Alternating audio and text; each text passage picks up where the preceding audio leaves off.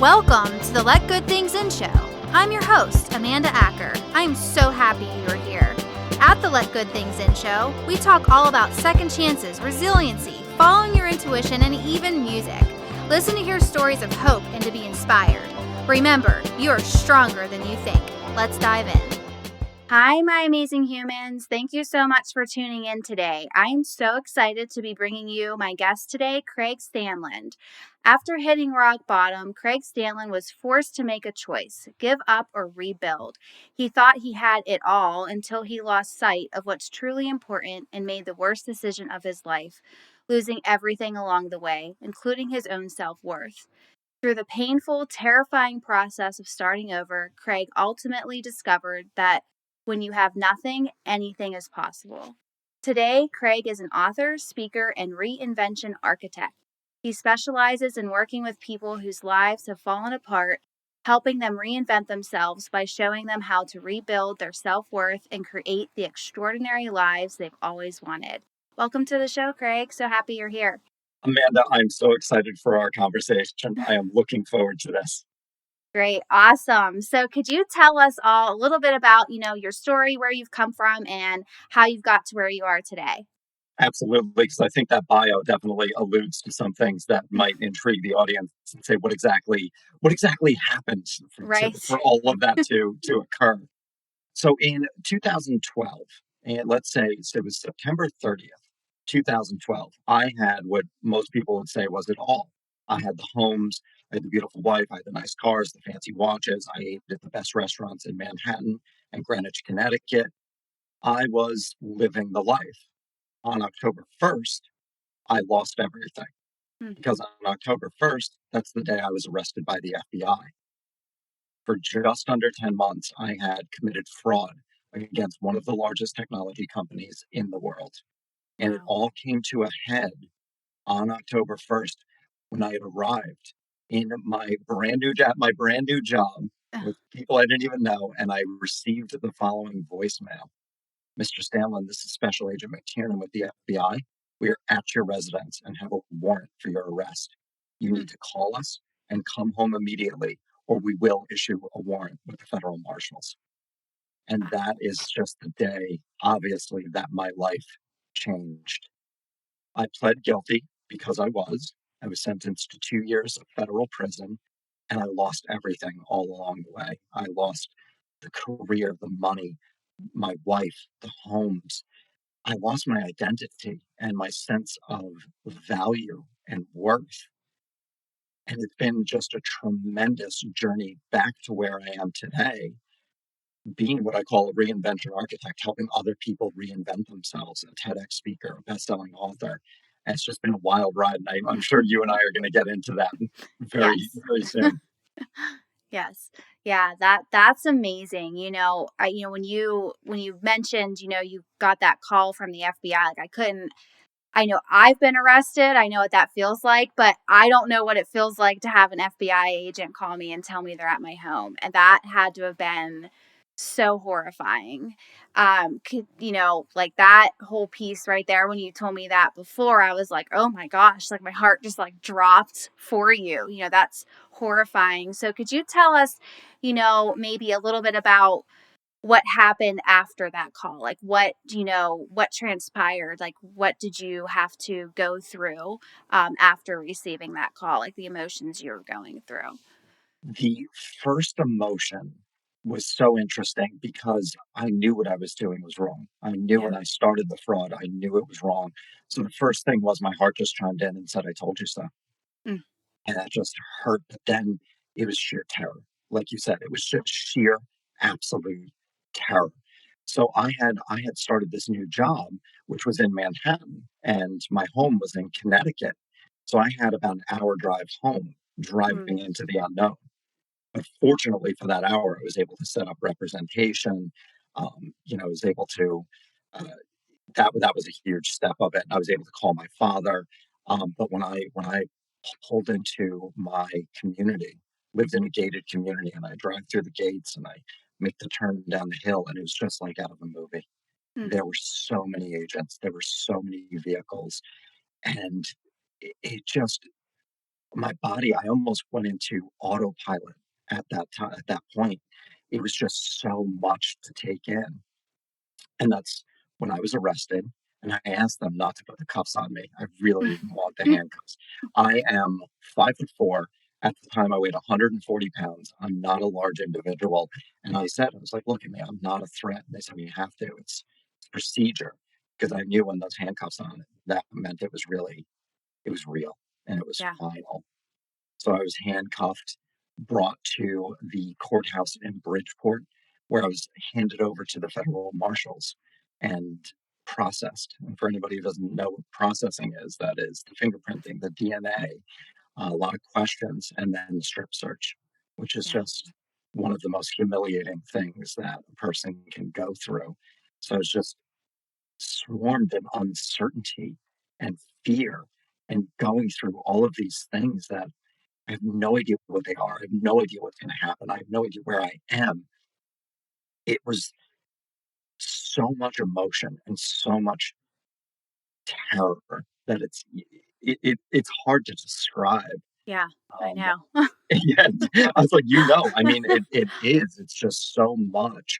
And that's actually when I was brought to my arraignment where I was released on bail and then was able to very fortunately go back to my home. And that's just when that whole process of pleading guilty and getting sentenced, all of that began. That began maybe the hardest 10 months of my life. Yeah, yeah, I agree with you. I know I can completely relate to pretty much all that you've said. For me, it was, I was arrested at gunpoint on like this busy road, face down on the pavement. It was a horrifying experience. And, when you're going through these experiences, you don't even know what you're feeling. It's just like this sheer, like you said, it's that terrified, like, oh no, I have no clue where I'm going, number one. Number two, who am I going to encounter and how is this all going to pan out? Like, is what's happening going to ruin my life? Can I get out of this? I know for me, I thought, oh, like maybe I can get out of this. Like, I know I'm caught, I'm busted, but there has to be a way out. But there's not. And then you get there in the strip search. Yes, that is one of the most degrading experiences I as well have been through. Like, you're just, like you say in your book too, like you're no longer a human. Like, you become, this shell of a person. And when you talk about the time in between, so when you're out on bail, and that was also that was the darkest. I think mine was like 8 to 10 months as well, period of my life, because I didn't know what was going to happen to me. You're waiting, like, okay, what's the sentence going to be, what's going to happen. So could you tell us, kind of like what your experiences were from the time you were out on bail to the time that you were actually sentenced and went to prison?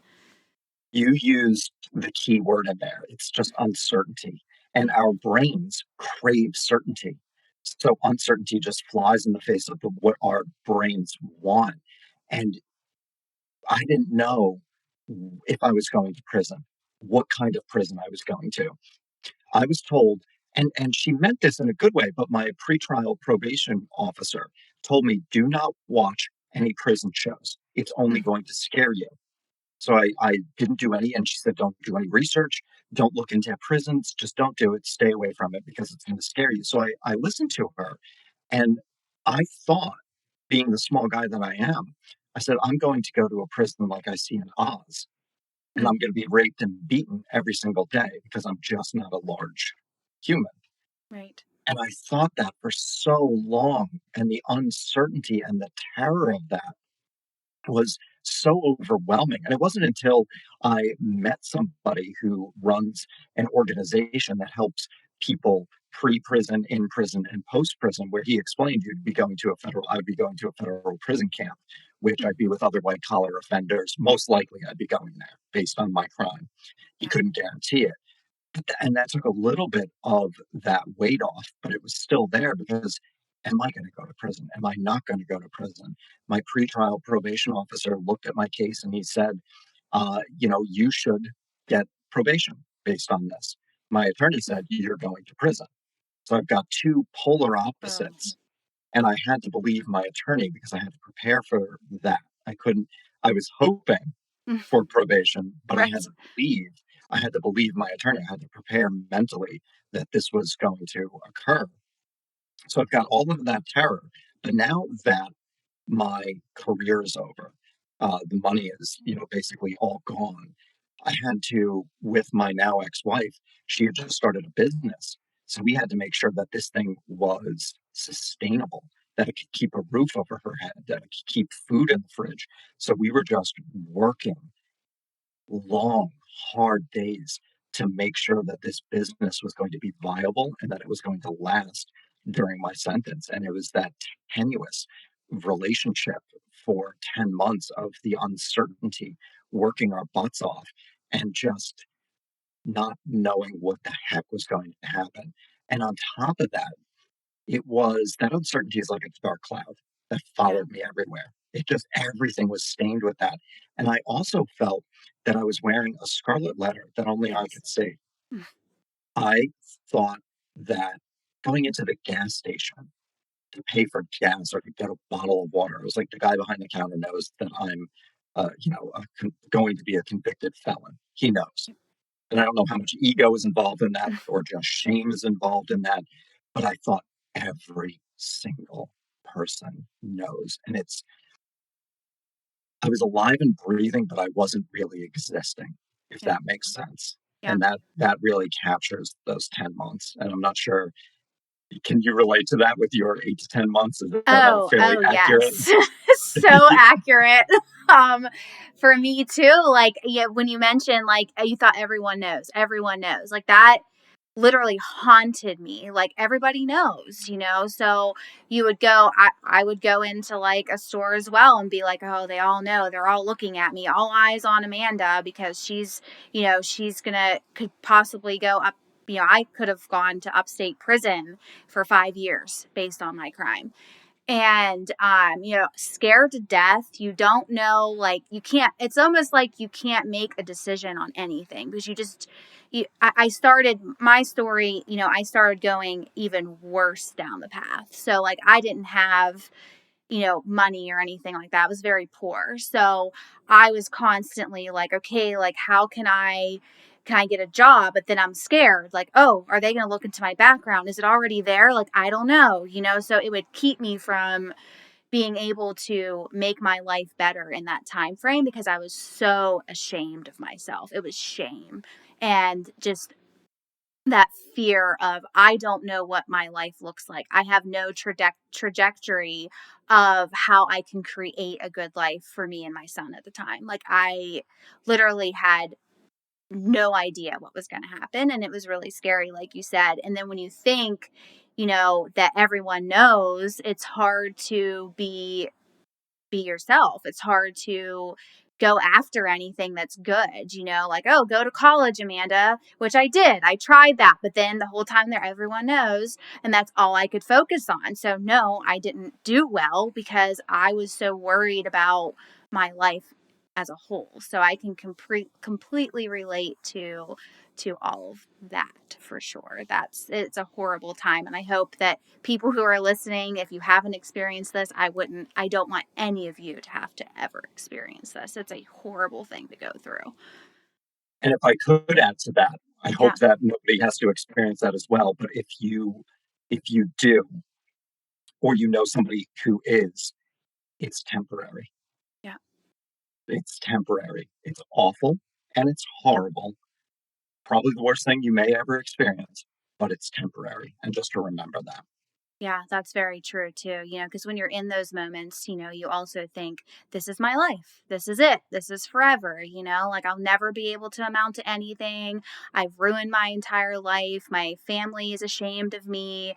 And you think that, but you can overcome it, and that's why I'm so excited to be talking with you because you have tremendously overcome and your book is amazing. And but that's taking me a little bit off subject. But after you were done with getting out on bail and you got sentenced and now you're in prison, can you tell us about that experience, about going into prison and what it was actually like when you were there?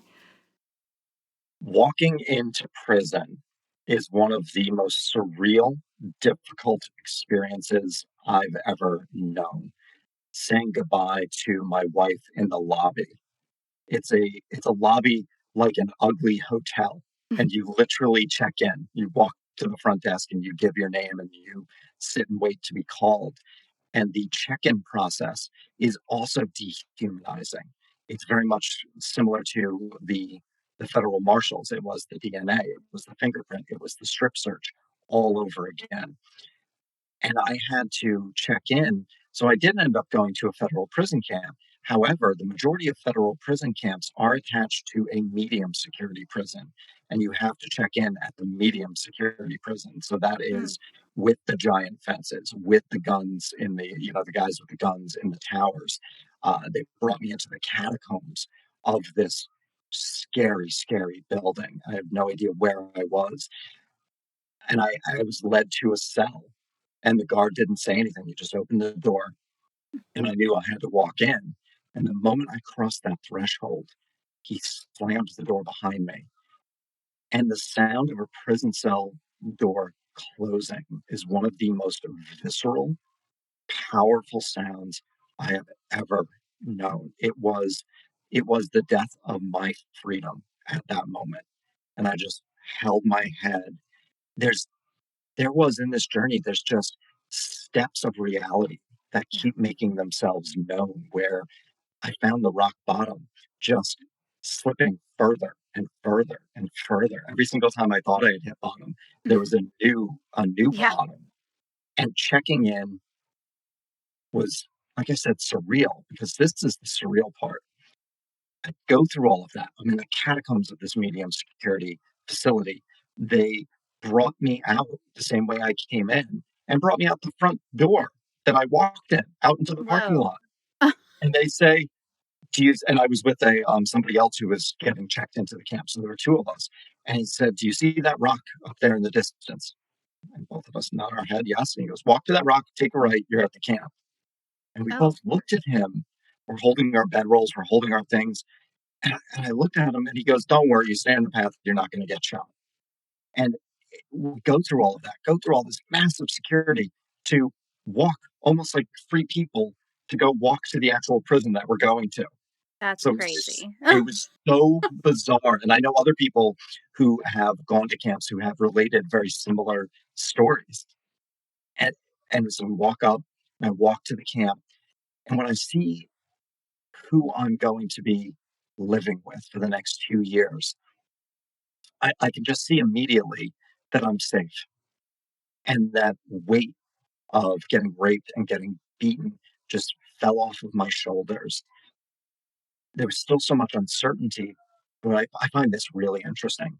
That was one of the best night's sleep I had had in 10 months, was my Wow. first night's sleep in prison, because there was that uncertainty that we talked about Yeah. earlier.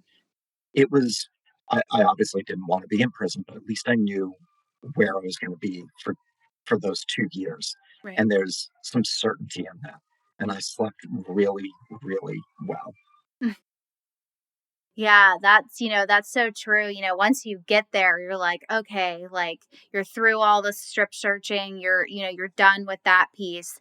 And then you find out, okay, these are the people, like you said, you walk in and you see all the people and you're like, okay, I'm gonna be fine. I'm good. Like I got this. I still don't know what's gonna happen tomorrow, but at least I know where I'm gonna be laying my head, who I'm gonna be sleeping with in my cell, and the general layout of the land that's going to be my home for however long I'm going to be here.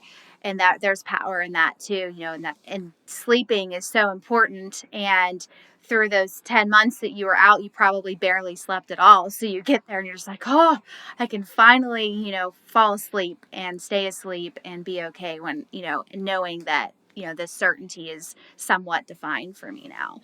Yeah, I like that. Yeah, it was those 10 months, you're absolutely right. I slept horribly because we were working so hard.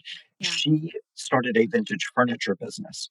So Oh, that cool. involves a lot of early mornings getting to estate sales and getting to flea markets before everybody else to get the good stuff. And it involves a tremendous amount of physical labor. Yeah. So I mean, it's very hard work. And on top of that, I was drinking tremendously. Mhm. I was just drinking to drown the pain away. And so going to prison, there was no more of that tremendously hard physical labor. There was obviously no more alcohol.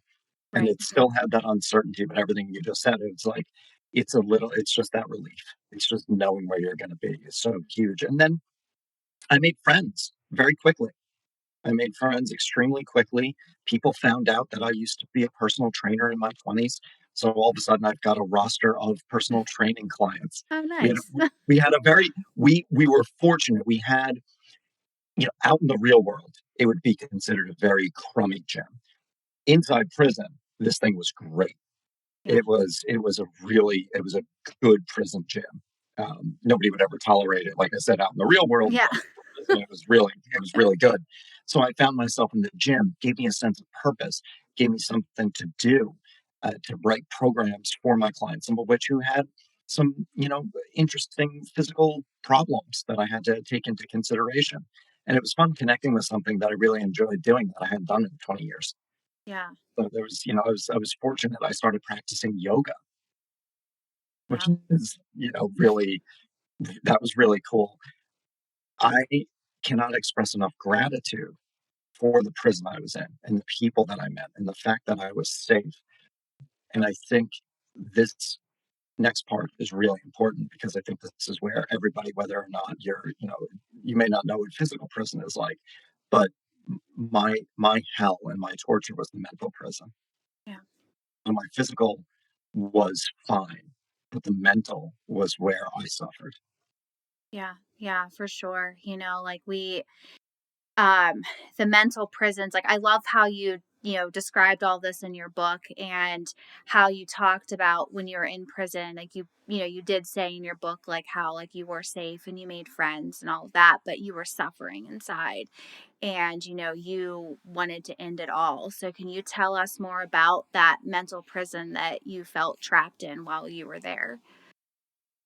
It was and you said the word earlier, and I think this is such an important word to discuss and to because when we discuss it, we diffuse it. Mhm. Shame. Yeah. I experienced just pure shame. I knew what I was doing was wrong. It caught up to me. And the pain that I caused to my wife and to my family and to myself, it just became so much and so strong. I had this one moment in prison where I'd been there just a couple of months and it was a beautiful fall day. I'm sitting at the picnic table by myself. Some folks are playing handball. There's rap music coming from the gym.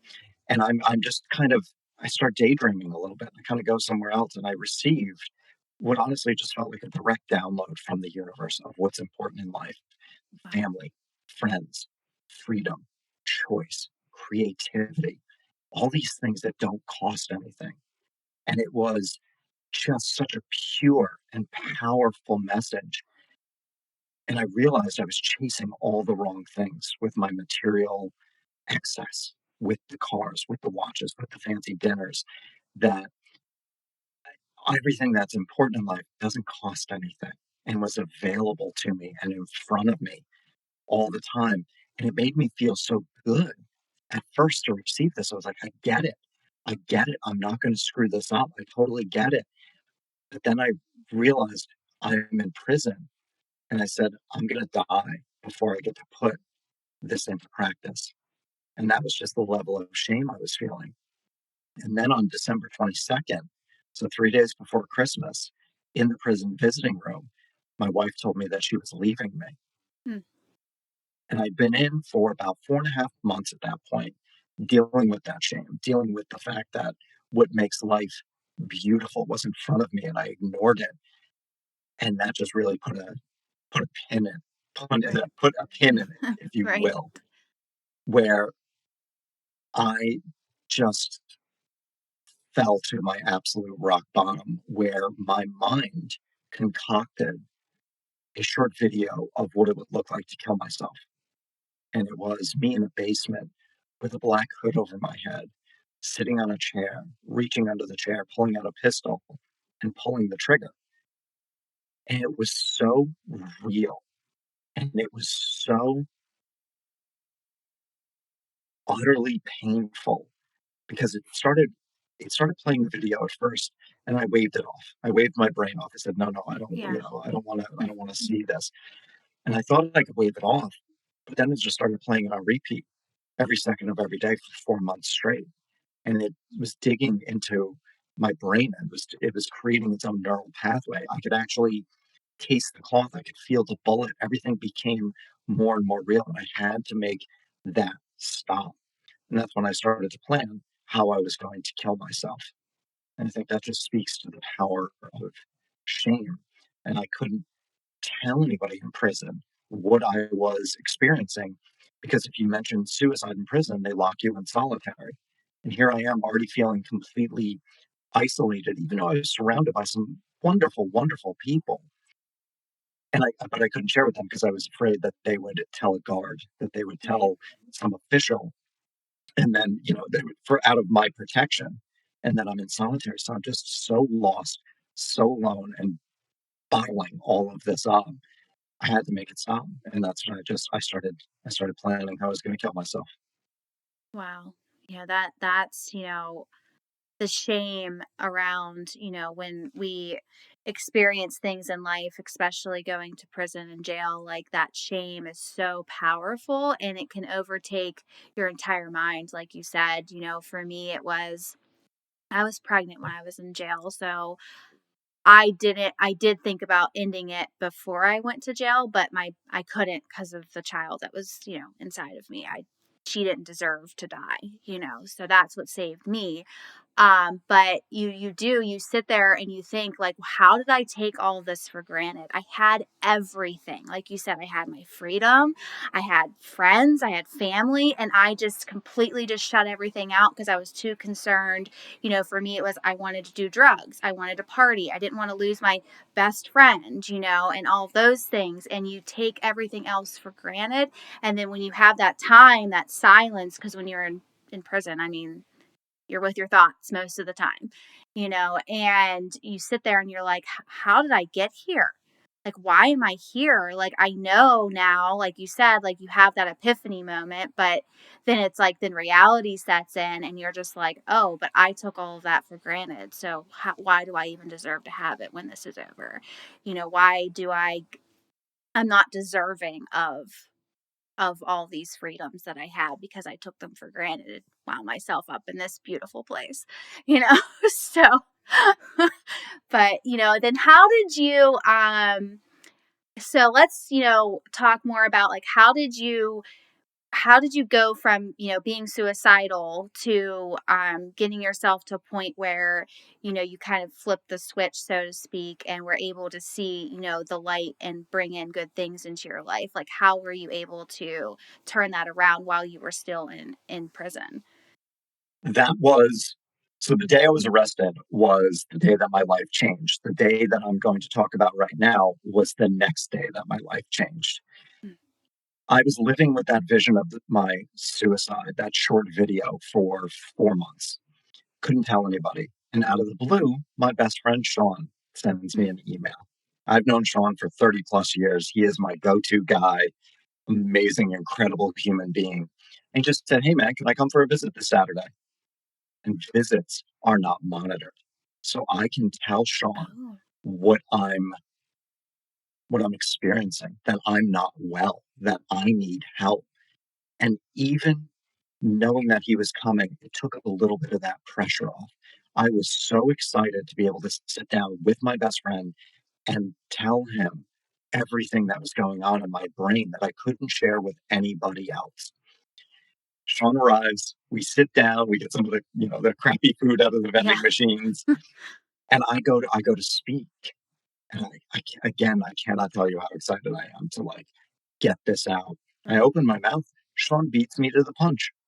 He beats me to it, and he just starts saying that his life is a mess. He's Mm. getting a divorce, he's got money issues, he's got job issues, and there's such a sadness in my friend's voice and in his eyes that in our 30 plus years of friendship, I've never seen.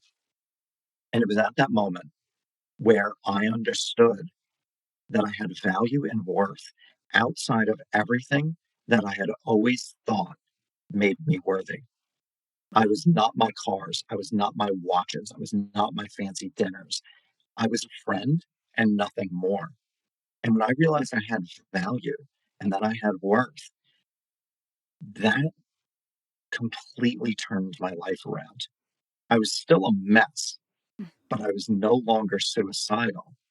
And that is, it's funny. I've been writing for Instagram and LinkedIn and all those things, and I Yeah. wrote a few posts about the power of okay Mm. and how being okay is underrated. Mm. And so I went from being suicidal to being okay. And let me tell you something, what a huge leap that is. Because I didn't need to go from suicidal to being extraordinary. I just needed to be okay. And that's what Sean's visit did. It brought me back into reality and told me that it was okay. And then from there, I started doing you said something so interesting earlier. How did I get here? Why am I here? What Yeah. you started asking questions. And that really I was asking them before Sean's visit, but the answers were very much filled with shame.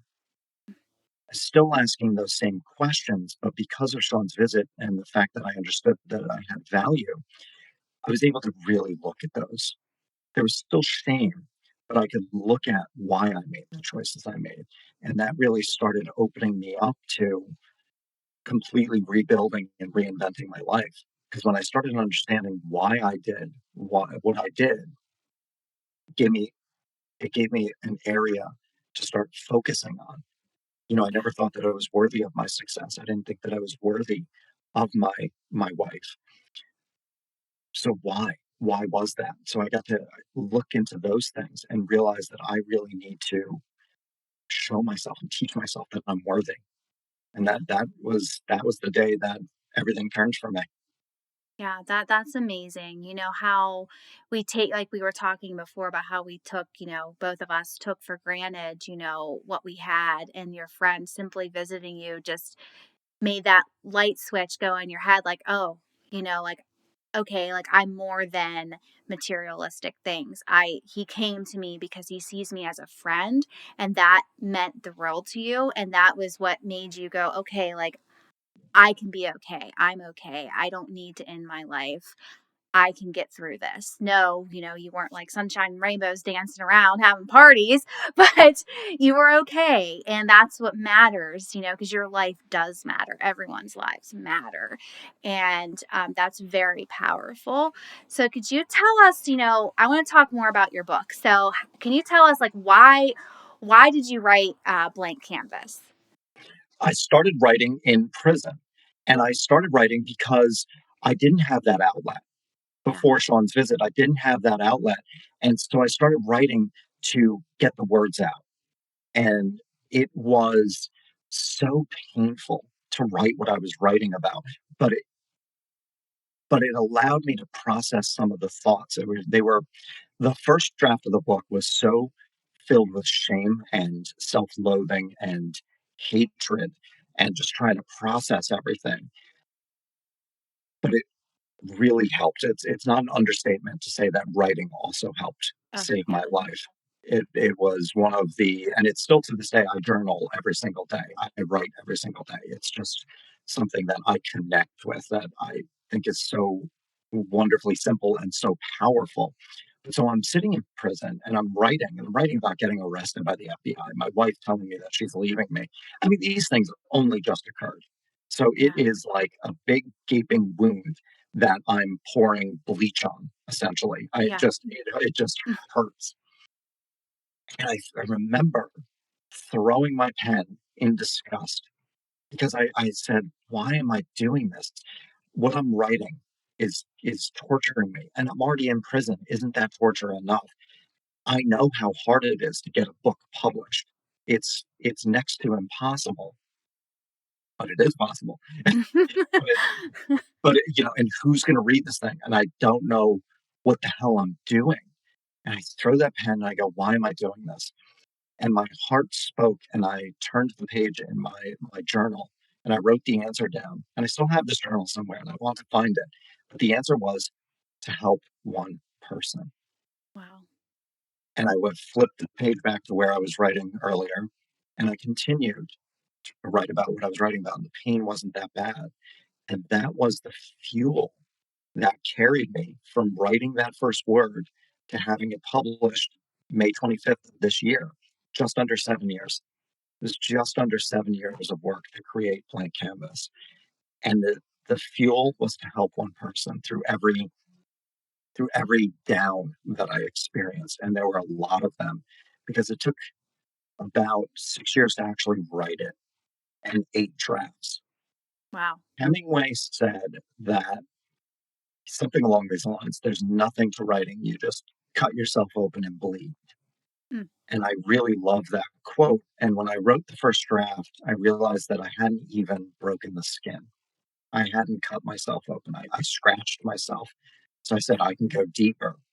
And so the second draft, I went deeper, and I kept challenging myself all the way through that 8th draft to get to to get to the truth, to get to just the raw, real truth of my experience.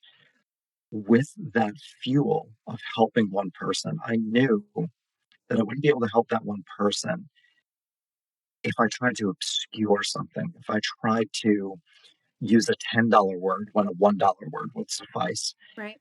I had to just get to the realness of it because that's how I was gonna help somebody, and it was writing that book was one of the most painful things I've ever done, but it was also such a catharsis.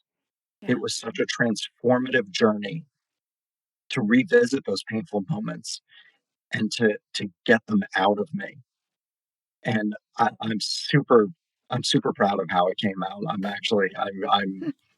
I'm thrilled with how it came out, and I do hope it reaches that one person who feels right now how I once felt, and I hope it adds value to them. Yeah, you should be proud. That your book is amazing. I know for me, I've overcome my time in jail and I'm here telling my story, but I will tell you that it did help me because I now know that I'm not the only one who felt that way. When we first met and we first started talking, I was like, "Whoa." Like you get it. I'm not alone. I'm not the only person who's been to jail who felt like I had a red letter on me that says I'm a felon. I'm not the only one who experienced all these horrible things that I want to share them with the world too, because it's so powerful to know that you're not alone. And you definitely, with your book and just meeting you, made me feel like, okay, I'm not alone. I can do this. I can share my story and help other people. So it's very powerful. So anyone's listening, please get Blank Canvas by Craig Stanland. Everyone needs to read it. Whether you've been to prison, whether you haven't, you need to read it. It's a story for everyone, for sure. That that means so much to me, Amanda. Thank you so much for that, and I would love Yeah, to just really quickly, if sure. you don't mind, jump on something you said in there, and that is the feeling of being alone. That's Hmm. shame. That is pure shame that tells us that we're alone, that tells us that we are the only person in the universe who feels right now how we feel. That is shame. And when we start sharing our stories, whatever they may be, somebody may not understand what it's like to go to prison, but they know what shame feels like.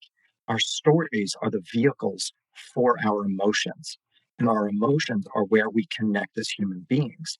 So when we share our stories and the emotions behind them, we connect with others and we let others know that they're not alone. And when we let somebody know that they're not alone, not only do we help them, but because we've shined a light on our own shame, we start unraveling our own shame and we give others permission to do the same. And when we start doing that, it creates just this beautiful and powerful cycle because when we feel alone, that's when we start thinking about really scary things. We start making very bad decisions and very bad choices. But when we realize that we're not alone, it puts us back to that okay and Yep. realizing that there's a community and there's a sense of oneness with others. So I just wanted Yeah. to add that in there. Yeah, I love that, because like you said, for me, I've lived in shame because I've been out of jail for goodness, I think like 13, 14 years now. And I lived in that shame for the majority of those years. So, and it ate me alive. I made horrible decisions based on my shame because I didn't want anyone to know. If people find out, they're not going to accept me anymore. Or I'm not going to be able to get this job or whatever. So I was living in shame and guilt and fear for over a decade, and it was eating me alive. And it wasn't until this past year that I just decided, you know what? I'm done with that. I can't anymore. Like, I need to get this out. And you have definitely, helped me, even though like I met you like towards like after already making that choice, but you made it mean less afraid to share the felon part, because that's the part that scares me the most. Telling the world I'm a convicted felon. Because how many people have I met over this past decade that didn't know that I hid that from them? So it's scary, but at the same time, now that I feel so not alone in that, I feel even more empowered to do so. So it's very powerful. So for just to wrap this up, I could talk seriously, Craig. I'm gonna have to have you back on because we just have to keep this conversation going. But could you let the audience know what's your number one tip for them to be able to let the good things into their lives? I hope you don't get mad at me. I'm going to cheat and give you two No, that's fine. because they're both super important. To allow the good things into our lives, we have to know that we're worthy of the good things in our lives. And I would ask anybody who, when I was in prison, I would punish myself. And I did this before prison, and I did it post prison. There would be these small punishments. So I'll give the example of prison. I didn't allow myself to watch television for a long time when I was in prison because of everything I've done. Who am I to watch television? And that was a penance that I put upon myself. How am I ever going to be worthy if I can't watch TV? Yeah. And so I'd ask anybody if there is something that you enjoy doing, but you're not doing it because you don't feel worthy, to look at that and start scheduling time to do that, to reinforce that worthiness so that you do open yourself up to the good things in the world that are there. And then number two is gratitude, is Mhm. expressing gratitude to allow the good things into our life. Gratitude rewires our brain from scarcity to abundance. And when we're feeling abundant, we're more open to seeing all the good that may already be there, that may be right in front of us that we're unaware is in front of us because we're in scarcity mindset. We have blinders on and we start practicing gratitude on a daily basis, rewiring from that scarcity into abundance. We start seeing more and we open ourselves up to the good things in this world. I haven't missed probably more than a handful of days of expressing gratitude since prison. So it's 7 years. Wow. And it's just been one of three foundational practices that I started in prison that I still do to this day. The other two are journaling and meditation. Wow. Powerful. Thank you so much for sharing that with us. And thank you so much for being here on the Let Good Things In show. I'm so grateful to have had you as a guest. I, Um, Go ahead. I'm so happy to have met you and to have this conversation. And if you don't mind me taking a moment to acknowledge you Oh, for doing this podcast, for providing a platform for people to share their stories, to help unwind that shame and to connect with our emotions and to share so openly your story. So I acknowledge you for that and I appreciate you. Thank you. thank you. That almost made me cry.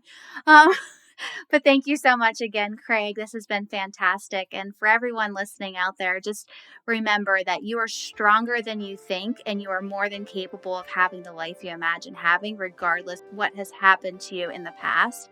And make sure to hit that subscribe or follow button so you don't miss an episode of the Let Good Things In show. And I will talk to y'all soon.